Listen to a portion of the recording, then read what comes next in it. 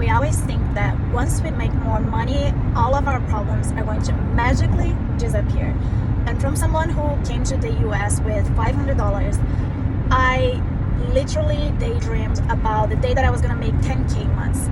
So when I made 30K months, I was like, holy shit, I'm set for life. But what we don't realize is that next version of you, that next level of income is going to have different type of problems. So you think like, once I have more money, I'm not gonna be stressing out.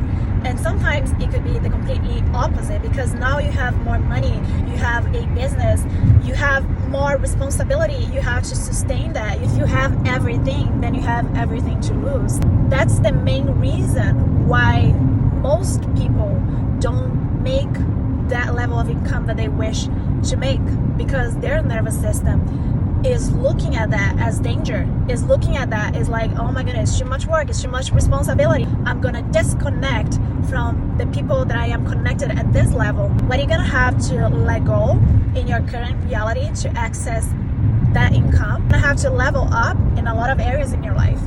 And that for me was very, very clear, because the moment I was able to level up my income to 30K months was when I became a widow. And why did that happen? I wasn't vibrating gratitude. I wasn't feeling happy. I was at my rock bottom, but I became fearless. Like, I started to take bold actions that I would never take in my previous version, because I was so afraid of messing up. I was so when I was facing grief, I kind of had a reset on my nervous system, because I became fearless. I could care less about making mistakes, about anything. So I became very bold in my actions, like taking massive actions in things that I would take a long time to feel comfortable in taking, like signing a lease of 4K a month. The old Bia, I would never feel comfortable in signing a lease before I saw proof that I was going to be able to sustain that.